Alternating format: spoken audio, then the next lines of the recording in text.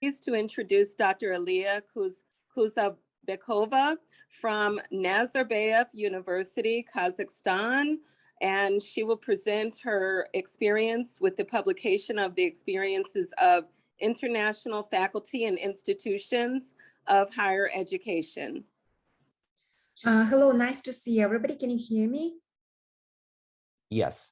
Okay, so the chapter the chapter that I wrote was on the experiences of international faculty on campus of Nazarbayev University in Kazakhstan. And to briefly explain you what the university is, it's an autonomous institution, meaning autonomous, independent from the Ministry of Education, which has full funding from the government of Kazakhstan, which has been established in partnership with some leading top universities in the world, such as Cambridge, University of Pennsylvania, Lee Kuan Yew University in Singapore, and a couple of others, and which is also importantly a residential campus university, so that all students and faculty members who attend the university live on campus. Almost all students, but definitely all faculty members, they live on campus of the university. And it has it's an international research university aspiring to become the world-class university. At the same time, having the mission of serving as a flagship of educational research, of educational reform in the country.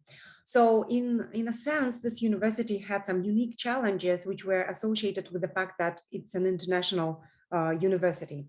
And it's international in a sense that over 90% of faculty members working at the institution are hired from abroad. At the same time, it services mostly domestic students, and it has English as the main language of instruction. So some of the unique challenges that the institution faces in general, regardless of the COVID era, is that it services mostly non-native speakers of English who never had a chance to go abroad and they are educated in the country. It has a high level of plagiarism due to the sort of a plagiarism culture in the country. Most of the university in general and students at the university have little experience with distance education. It has a somewhat high level of bureaucracy compared with other research universities because it's funded by the government.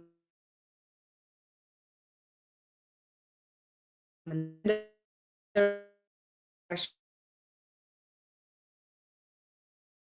Nazarbayev University and government, given the money that the university receives.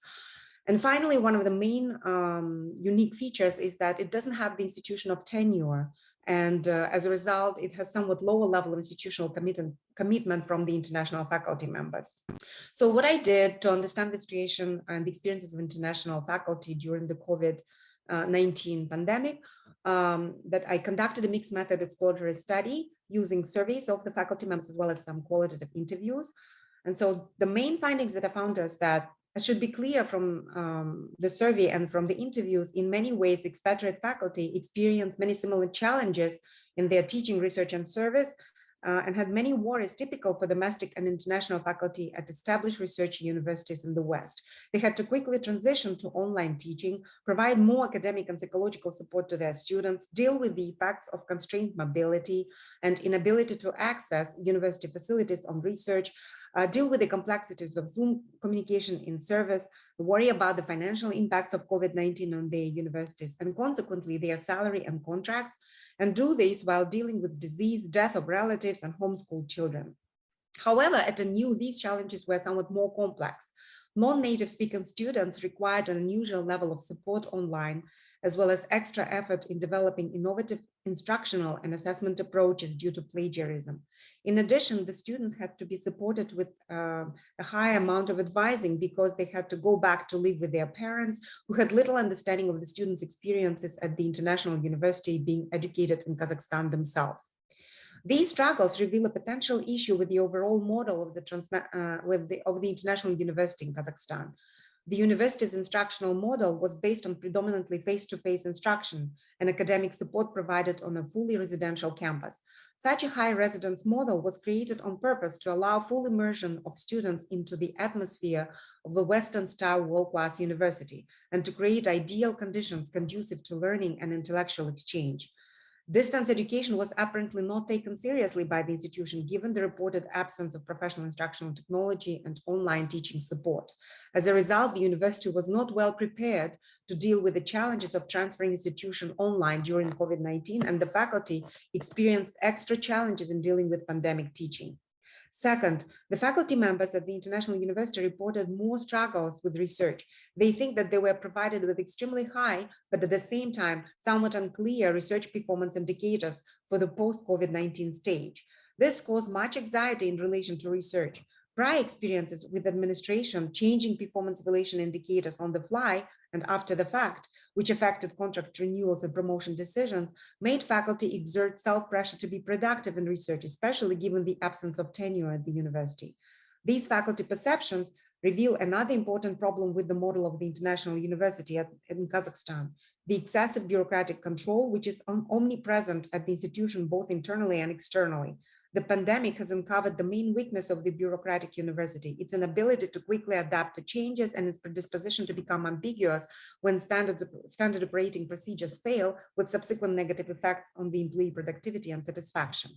Third, the work in the situation of global health emergencies was also more stressful for international faculty due to the fact that they were stuck abroad, could not rely on the emotional and physical support from their relatives, and could not provide such support to their family in the home country. These stresses affected the ability of the faculty to focus on their work and to balance their work and family life. The findings from the study raise some interesting questions about the future of international research universities, which have been established recently in many non-Western contexts. In the context where distance education is becoming a new norm, and as a result of the pandemic isolation, how will such international universities reconceptualize their educational product and model to be able to compete with the expansion of distance education offerings from the West? Will domestic students be willing to travel to a Cambridge-like university at their home when Cambridge would be willing to come to the convenience of their homes online? Moreover, can world-class universities be now reconceptualized as a university teaching predominantly online? How open will governments in non-Western countries be to funding locally created international universities teaching completely or predominantly online? And will it be even possible for non-Western online world-class universities to emerge if Western universities have a first-comer advantage? So these are some brief insights, and I'm willing to answer your questions during the discussion session. Thank you so much, Professor, for sharing your valuable research with us.